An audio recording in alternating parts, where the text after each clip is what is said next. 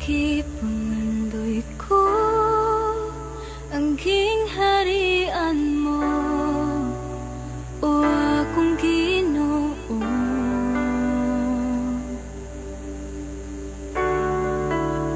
Gikinahangalan ko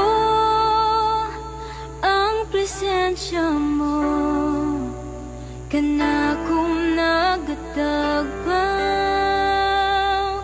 ka ikaw ang akong kalipan, ka ikaw ang kasiguruhan, ikaw ang dalan, ang matuulan, ang kinabuhing walay katapusan, nagahatag og paglaban.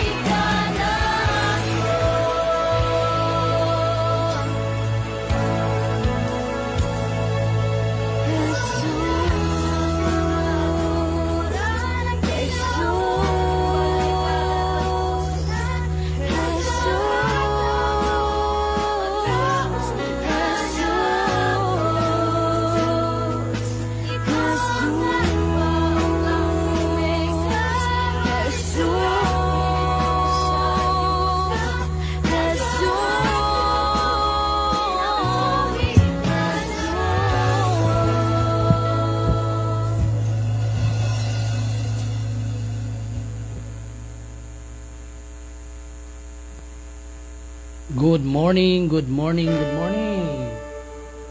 Praise the Lord. So, ning kabuntagon may igsoon, padayon kita sa atong pagtuon sa pulong sa Dios sa programa nga Searching for the Kingdom. Kininyong alagad mga kaigsuonan sa tanang panahon sa pagwali, pagtudlo sa pulong sa Dios. Pastor Ariel Lubaton, kauban ninyo diri sa ato ang live this morning. Praise the Lord. So, kumusta ang tanan, mga kaigsuunan? Praise the Lord. So, this time, amen, salamat sa Ginoo nga makahimo gayud kita maigsuon sa kahigayunan nga mapadayonon gayud ang atong mga pagtuon sa pulong sa Dios tungod kay di kinahanglan nato kanunayong mga pagtuon sa pulong sa Dios tungod kay kini maghatag kanato kaigsuunan og mga paglig-on, pagdasig o awareness alang sa ato ang pagpangalagad diya sa atong buhi nga Dios mga kaigsuonan. So once again, good morning kanato nga tanan. So this time, samtang magahimo kita migsoon sa mga pagsugod ato kining sugdan pinagi sa mga pagampo ang ato karon nga pagtuon sa pulong sa Dios. Let us pray. Dalaygon ka Ginoo sa wala gayoy katapusan. Salamat kayo Lord nining taknaa ning adlaw.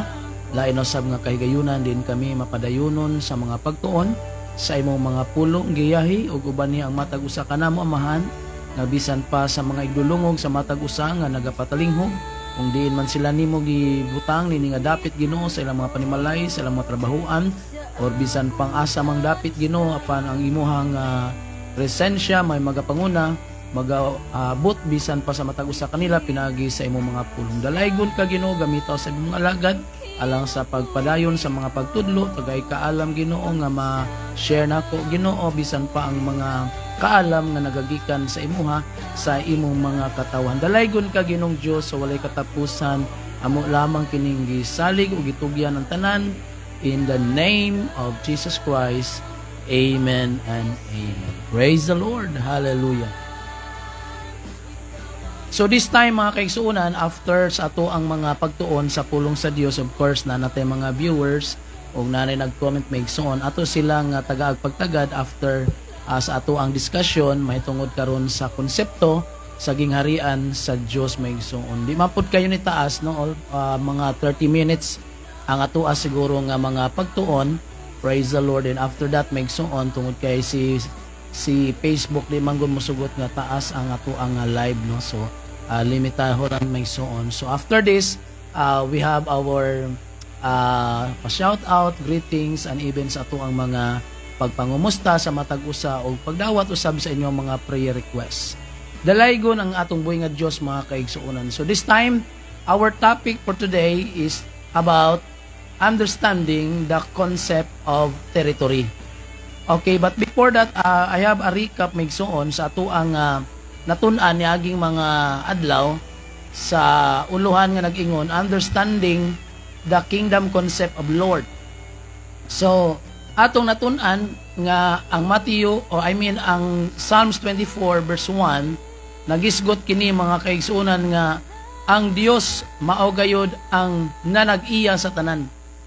24 verse 1 sa Salmo nag-ingon the earth is the Lord's and everything in it, no? Bisan ang tanan mga butang nga naa diri sa kalibutan gipanag-iyaman sa Dios. And of course, atong gitun-an maigsoon the word Lord comes from the Hebrew word, no? Hebrew word nga gitawag igsoon og Adon o gikan pud siya sa Greek word na kurios. So but pasabot meaning honor, master or the one who has control. So in the kingdom concept, the king is automatically the Lord because he owns everything in his domain. So the meaning of Lord in a kingdom, matod pa maigsoon, honor or master, no? Manato ang nahisgutan makaigsuonan. Of course, agisgutan nato, the ownership is the K2 lordship. Mahimo kang lord if you own a territory maigsoon. Unlike the president and prime minister in democratic system who are elected and do not own the land or people, a king in a kingdom concept owns all the rules. Iya kaning gipanag-iya. Ang tanan niyang gipanag-iya sa iyang gipang dumalahan. Okay, so of course God as Lord, when we worship the Lord, we acknowledge Him as on of everything, including our lives, position, time, and talent. Okay, then we talk also about kingdom citizenship, no? Citizenship in God's kingdom. In other words, in God's kingdom, we are not owners, but we are all stewards of the resources or territory nga gihatag sa Ginoo sa atua. Our duty is to submit to the lordship of Christ and manage what He has given to us faithfully. Of course, there is what we call implication of His lordship. So, kung siya ang atuang tag-iya, siya ang tag-iya kanato, since the Lord is responsible for what He owns, He take responsibility for our needs, provision, and of course, even protection. No? So, if we acknowledge God as our Lord, He owns us, of course, He is responsible for our needs. That is why in Matthew chapter 6, verse 31 and to 33, nagisgot gayud ka na nga, dili kita mabalak ka sa tanang mga butang. No? Kung unahon nato ang gingarian sa Dios, atong masayran ug atong makita migsoon nga He will provide everything what we need. Of course. Amen. So disobedience and submission ang tinuod maigsoon, no, the true subject of the kingdom must submit to the Lord in every area. Busa kinahanglan natong isgutan ang sabton nga ang pagsunod, ang pagsubmitar diha sa hari. Amen. Sama ra nga nagsubmitar ka sa iyang pagka panag-iya sa tanan. Okay, sa bisan unsa nga area migson, even in our family, in our finances, bisan sa ministry, mga kaigsuonan. Okay, so ang rebellion is claiming ownership over what we do not own. So katong mga nag-angkon sa mga butang nga dili atua, it's a sign of rebellion. Of course, disobedience tungod kay they don't acknowledge nga ang butang nga ilahang naangkon sa kinabuhi wala man nagagikan sa Dios. Apan alang kanato nga nasayra nato, the Lord is Lord, or Jesus is Lord rather. When you say Jesus is Lord, amen, we acknowledge that He is the owner of everything, including our lives. Worship and lordship. Worship is acknowledging God's ownership and our dependence to Him. No? So when we worship the Lord, atong gi-acknowledge nga siya gyud ang tag-iya nato. That is why musulti kita, Lord Jesus, thank you Lord Jesus, because we acknowledge Jesus is the owner of everything we have. Okay, so mao na tong gisgutan maigsuon niagi pang mga adlaw, no? So this time atong isgutan kining understanding the kingdom concept of territory. Okay. So in every kingdom, territory is essential. So it is the domain over which a king rules. So without territory, there can be no kingdom. So a king is only recognized by the extent of his rule, meaning the land, people, and resources under his dominion. So according to Genesis chapter 1 verse 26, no, nga gihatagan kita og dominion, ang tao gibuhat sama sa dagway sa Dios, unya gipiyalan kini sa mga kabtangan or not kabtangan, what we call resources or creation of God. So when we define a kingdom, it means government ruled by a king over a territory. So this is what we call kingdom.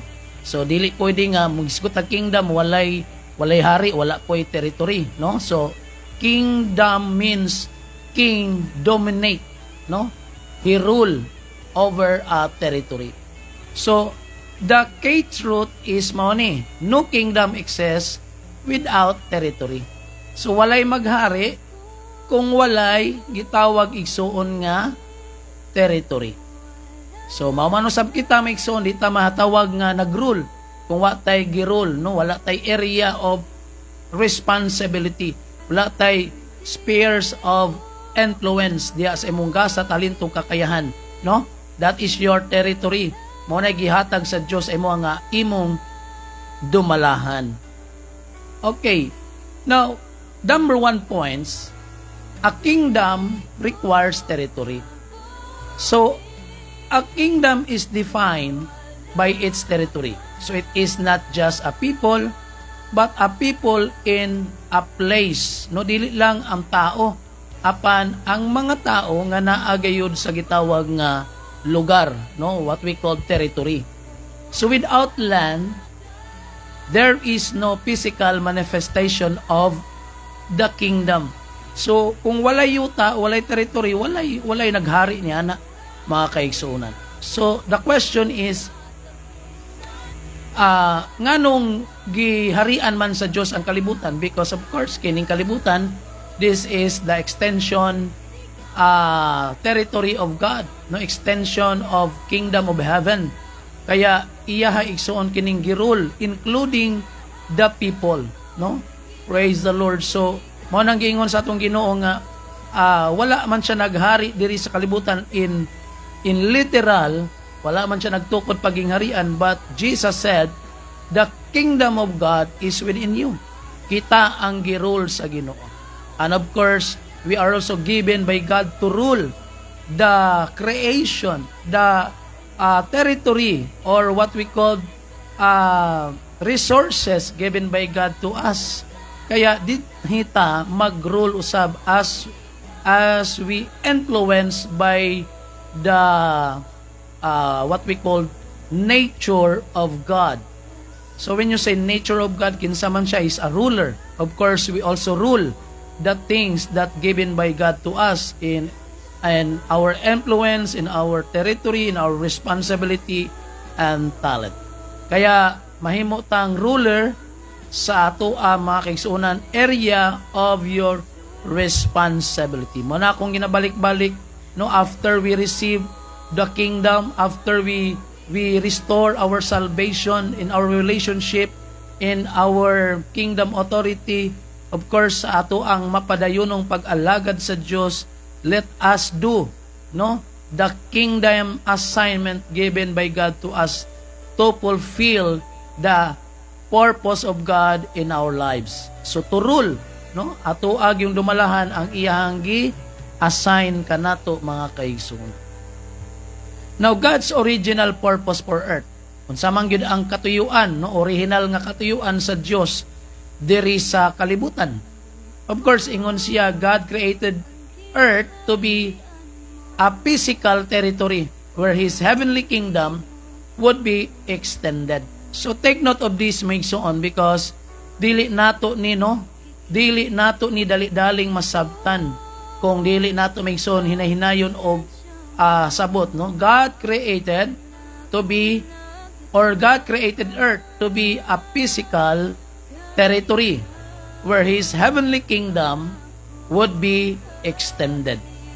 So earth is the colony of heaven, and a man was created to rule it under God's authority. So, kinahanglan nga kung naamay mga resources, naamay mga area of responsibility or creation of God nga ipadominate sa tua or i-rule sa tua, it must be under God's authority. Kaya, you cannot rule without the authority of the king.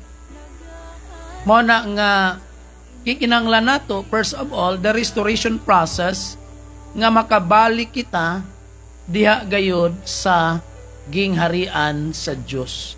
Now in Genesis chapter 1 verse 26, nagingon gid kanunay ang Ginoo, let them have dominion over the earth.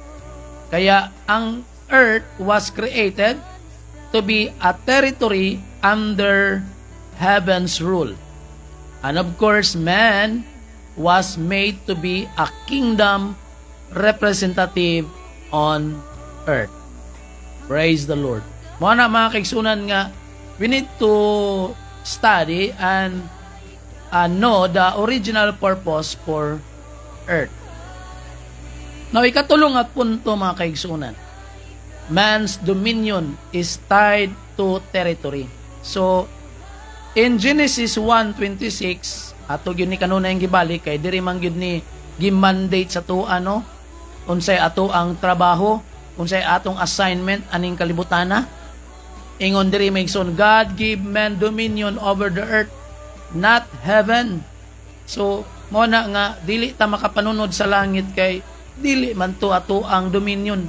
Dili man to para sa tuwa maigsoon no.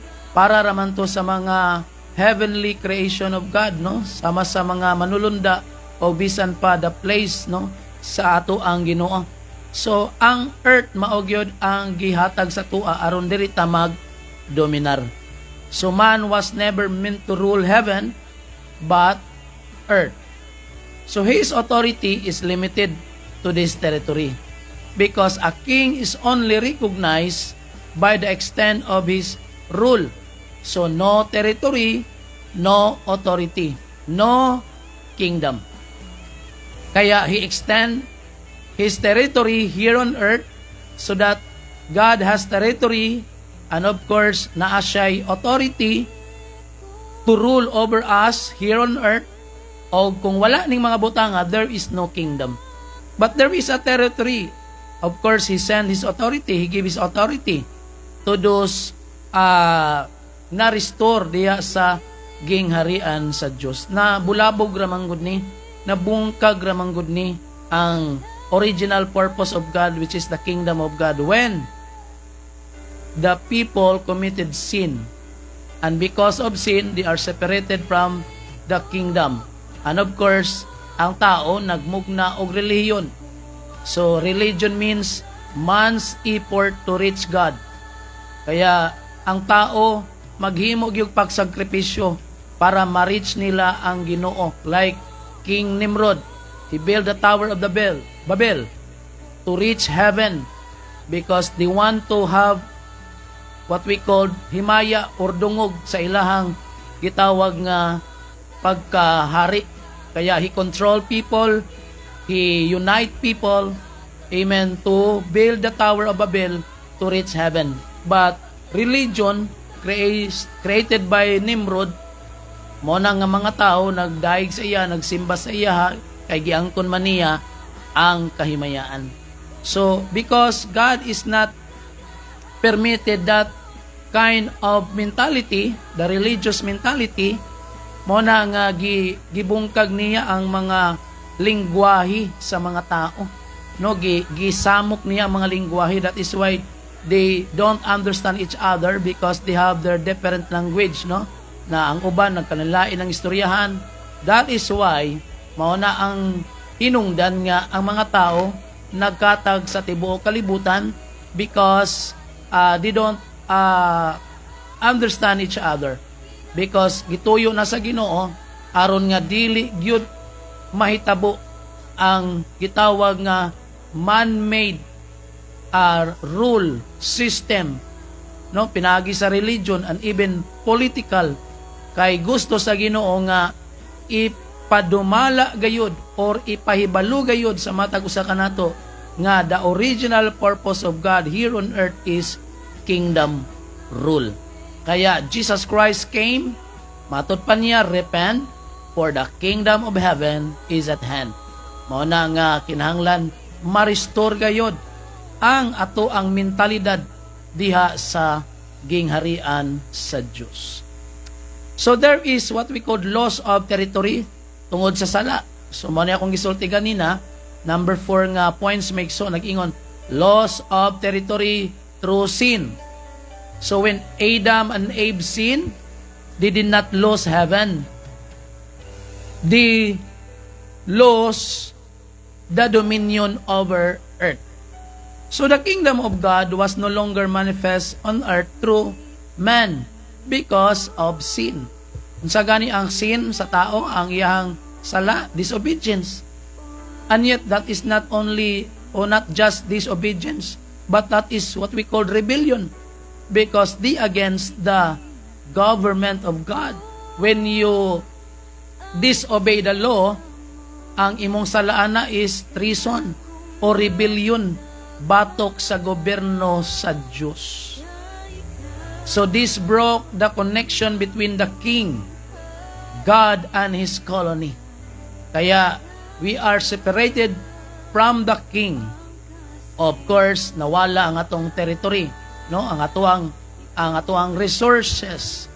That is why earth became independent, ruled by man's will and Satan influence. Kaya yung tao gumawa ng sarili niyang pamaraan. He rules independently with Satan influence.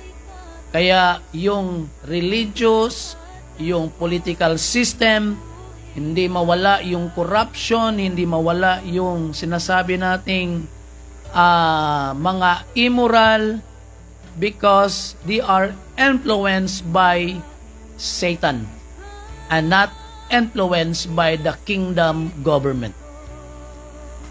Okay, number 5, Jesus came to restore territory. Jesus brought the message, the kingdom of heaven has arrived. He came to reintroduce God's kingdom, no? To rule back on earth. So, ang pag-anhi sa atong Ginoong Hesus, usa kini ka pamaagi aron mahibalik kita diha sa iyang gingharian. He came to reintroduce God's kingdom, rule back on earth. So Jesus did not come to bring a religion, but to restore mankind rulership over God's territory. Kaya Jesus came to restore the territory connection. Kaya kung ma-restore ng ato ang kinabuhi sa gingharian sa Dios, mubalik ka nato ang ato ang connection diha sa territory of God, the resources of God, the everything, no? Mo na maigsoon nga ang mensahe gayud sa atong Ginoong Kristo sa Bagong Testamento, matud pa the central message of the Lord Jesus Christ is repent, for the kingdom of heaven is at hand. It means pag bag-o na kamo, usbang inyong salabutan may tungod sa gingharian sa Dios, no? Diha sa iyang mentalidad, sa iyang gingharian, kay ang gingharian haduol na. So he did not bring religion, but a government. That is why Jesus taught us to pray.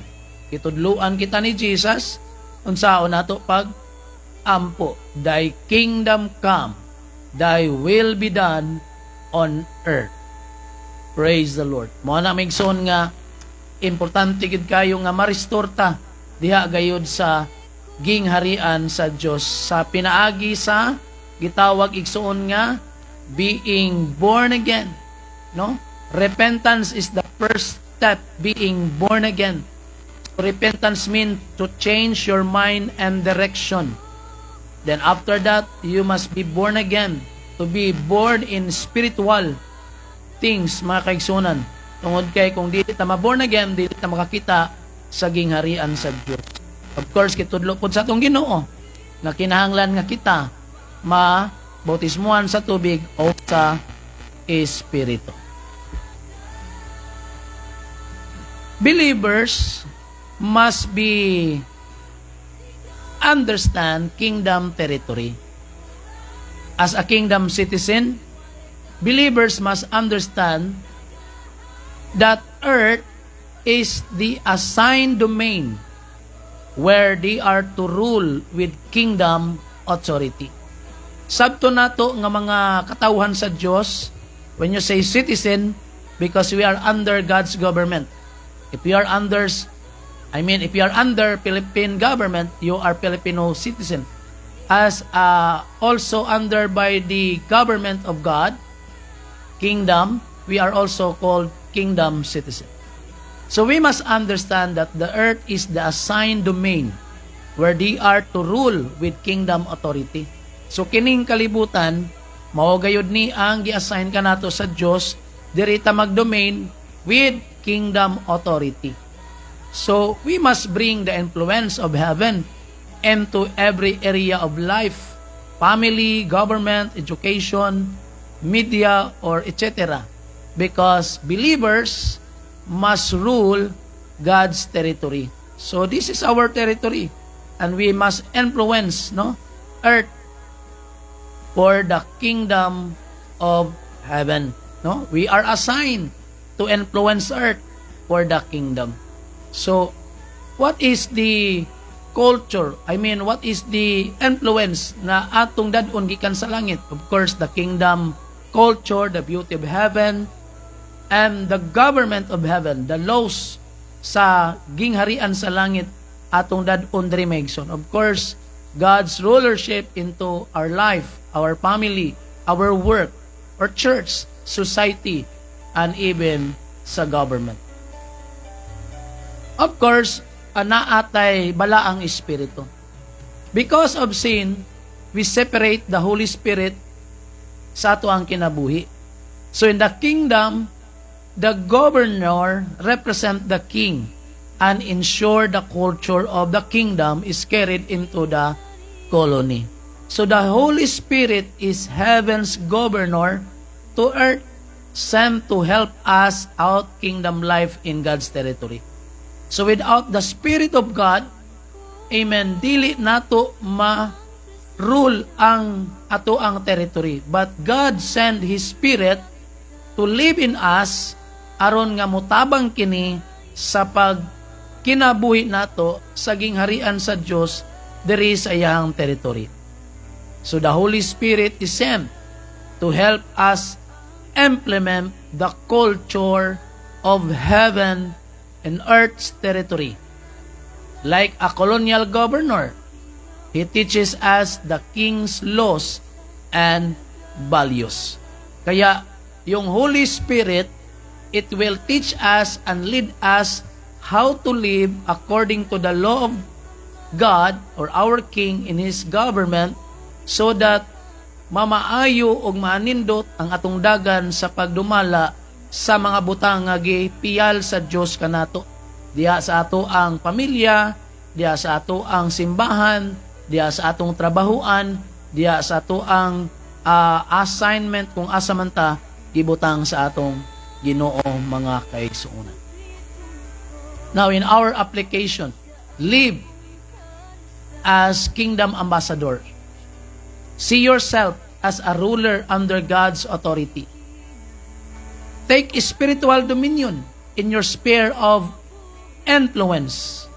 Kung asa man kagibutang sa imuhang sphere of influence, sa imuhang nakatunan, sa imuhang nahibaluan, kinahanglan ato nang i-take spiritual dominion. No? Of course, declare this territory belongs to the king. So, don't own everything you have right now. Kanang imong trabaho, dili man na imuha. Kanang imuhang salapi, kanang imong oras, ay even imong kinabuhi, that is not you own. No? That is a territory belongs to God. Gipiyal lamang kanato sa Dios kanang tanan. That is why He created man to domain, to rule. No? Ang mga butang sa gibuhat sa Dios, the resources, the territory, no?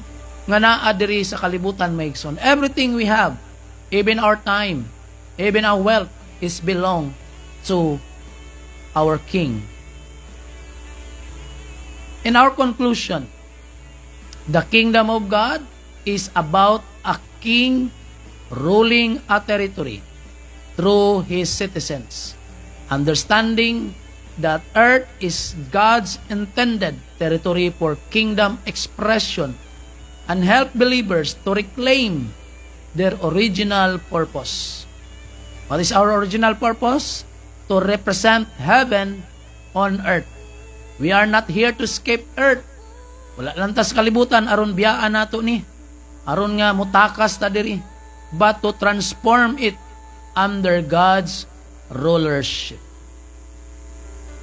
Ako nasabtan nga ang kalibutan nindot namang daan, pero mas gipanindot pa tungod kay na ay mga tao nga gipadala sa Dios, gibuhat sa Dios aron magdumala niini, no? Try to imagine Megson, our city, our gardens, our farm, ang ato mga kahayupan, naging order sila, naging naplastar sila because the what we call the people rule and domain or manage them, no? Mo nang atong trabaho ang pag-manage, ang rule sa mga creation sa Ginoo diri sa kalibutan. That is our original purpose why God created us, no? To clean up, no? To organize everything here on earth. Kaya God's kingdom is about reclaiming territory for His glory. So whatever you have na naa sa kalibutan, whatever the things you rule, that is what we call territory given by God to us aron nga mahimaya nato siya tungod kay ato man kining giatiman. So halimbawa karon gipiyalan ka og farm sa tag-iya, ingon ang tag-iya, atiman na kining uma kay sa akong pagbalik bayaran ra ka nako kung giunsa nimo kini pag-atiman. So kung iya kining giatiman, iya kining gikuha og sagbot, iya kining gibutangag daghang mga tanom, of course pagbalik sa maong hari o sa owner of the land, mahimuot siya, malipay siya because you take charge, you manage the farm. Of course, wala nimo tuguti nga maging sagbot kini, matabunan kini sa mga daghang sagbot. Ingon ana man usab kanato. Whatever you have right now, kana gipiyal sa Dios. You must take charge the things that given to you by God, including your family, including your life, including the church, including the nation. Everything, no? So let heaven rule in your life. Pinaagi sa ato ang panimalay sa iglesia o bisan pa niini nga nasod. Praise the Lord. So thank you kayo mga kaigsunan. Diri natapos ang ato ang pagtulunan. Of course, we have 38 minutes consumed. Ato ning igahin ang atong remaining minutes ato ang mga, of course, ato ang pag-greet sa matag usa. But before we end, we close this in prayer. Salamat kayo Ginoo sa mga pagtulunan, may tungod sa imong gingharian, diin kami nakahimo sa pagtuon, may tungod sa imong territory diri sa among mga kinabuhi, and you rule over us. Imo kaming gigiyahan, imo kaming gitudluan pinagi sa imong espiritu nga imong gipadala as our governor in our lives. Thank you Lord, og tuguti nga daghan pa kamig mga pagtulunan nga masabtan nga among mapalambo, mapauswa Ginoo ang among pagsabot may tungod sa imuhang gingharian pinagi sa imong mga pulong. Gamitaw sa imong alagad, gamita ang imong makatawhan, mahimo kaming binuksan among kasing-kasing unahuna sa pagtuon, mapadayon ng pagtuon sa imong mga pulong. Dalaygon ka Ginoo, and also we claim Ginoo sa mga provision sa panginahanglan sa matag usa nga adunay mga panginahanglan, ang kayuhan sa mga balatian, protection sa matag usa nga nagalakaw, nagabiyahe, bisan pa kaalam nga moabot sa mga nagastuon nga mga estudyante. Dalaygon ka Ginoo, financial blessings will come upon your people. We declare it in the name of the Lord Jesus Christ, the King of Kings and the Lord of Lords. Amen. Nabuhay ka na ako.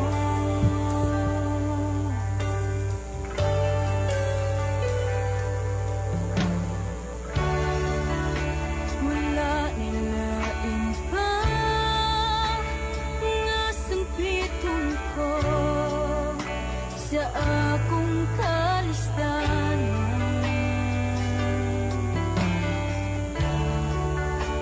Gikinahanglan ka, ikinabuhi ko ang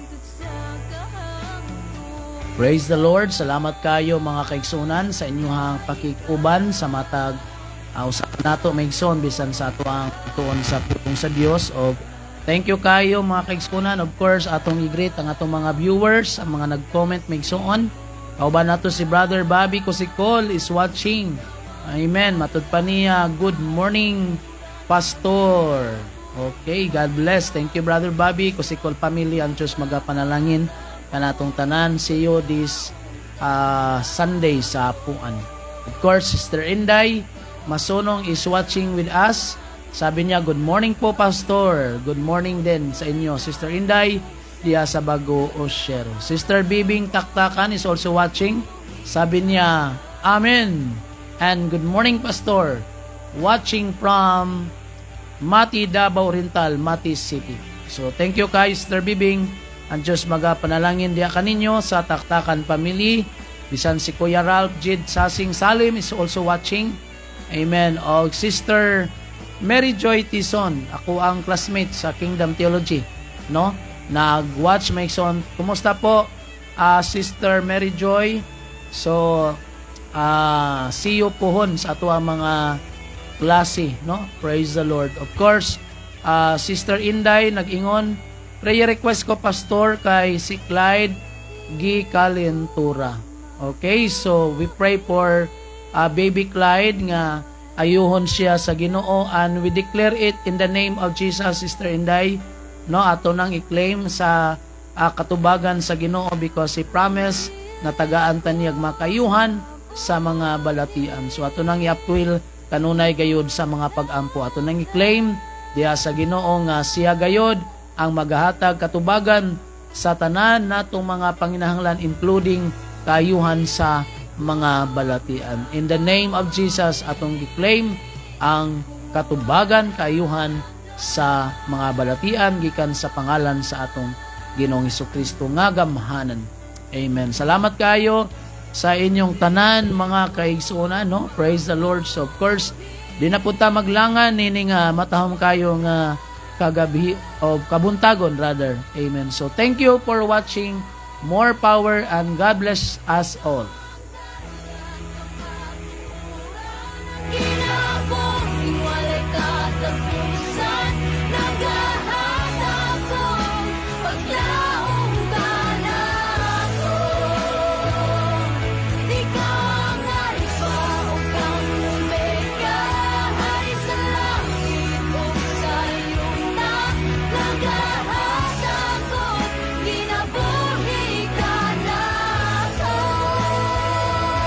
Ikaw